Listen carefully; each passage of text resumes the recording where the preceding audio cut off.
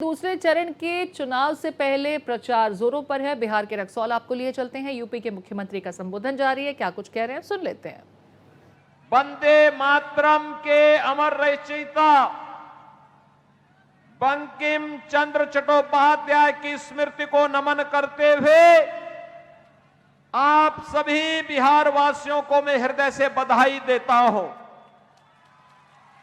बहनों और भाइयों, कल बिहार के अंदर बिहार को नए और समृद्ध बिहार बनाने के लिए प्रधानमंत्री मोदी जी के मार्गदर्शन और नीतीश बाबू के नेतृत्व में एनडीए के द्वारा लड़े जा रहे चुनाव में पहले चरण का मतदान हुआ है। 121 विधानसभा क्षेत्रों में चुनाव हुए और रुझान बताता है कि माताओं और बहनों ने झांक करके भारतीय जनता पार्टी और एनडीए के प्रत्याशियों के पक्ष में मतदान किया।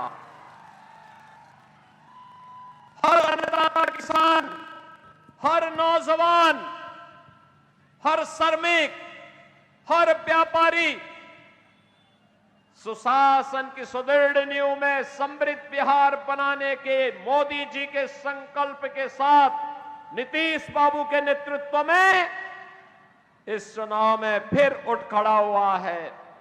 और इस अवसर पर मैं आप सबसे यही अपील करने के लिए आया हूं कि रक्सौल और नरकटिया के मतदाताओं को भी चाहिए कि हमें फिर से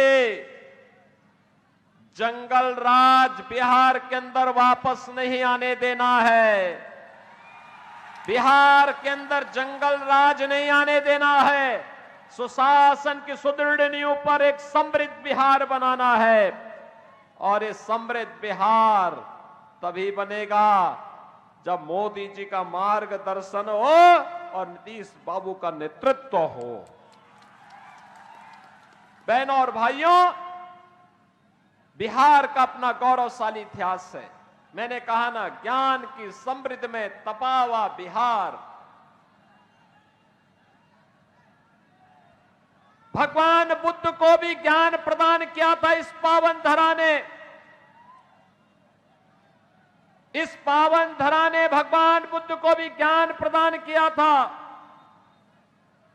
ये वही धरती है बिहार की जहां पर 24वें तीर्थंकर भगवान महावीर का जन्म हुआ। बिहार की वही धरती है जिसने भारत को पहला राष्ट्रपति डॉक्टर राजेंद्र प्रसाद जी के रूप में दिया। और जब कांग्रेस ने भारत के लोकतंत्र का गला घोंटने का काम किया था, तब बिहार का नौजवान उठ खड़ा हुआ था। उसने तब जयप्रकाश नारायण जी के नेतृत्व में अंगड़ाई ली और कांग्रेस को खाड़ फेंका। जेपी के नेतृत्व में यह बिहार उठ खड़ा हुआ था। जेपी की जन्मभूमि भी बिहार। सामाजिक न्याय के पुरोधा कर्पूरी ठाकुर इसी बिहार में जन्मे थे और भोजपुरी और मैथिली के गीतों को छठ के गीत के माध्यम से वैश्विक पहचान दिलाने वाली शारदा सिन्हा भी इसी बिहार में जन्मी थी। बहनों और भाइयों, ऐसा गौरवशाली इतिहास जिस बिहार ने कभी नालंदा विश्वविद्यालय दिया, जिस बिहार ने चाणक्य जैसा आचार्य दिया, जिस बिहार ने आर्यभट्ट जैसा गणतज्ञ दिया, जिस बिहार ने भारत को भारत के स्वर्ण युग में ले जाने का कार्य किया था, वह बिहार किन लोगों के कारण अपनी पहचान के लिए मोहताज हुआ था? कौन वे लोग थे जिसने बिहार के लोगों को पहचान के संकट के दौर से गुजारा था?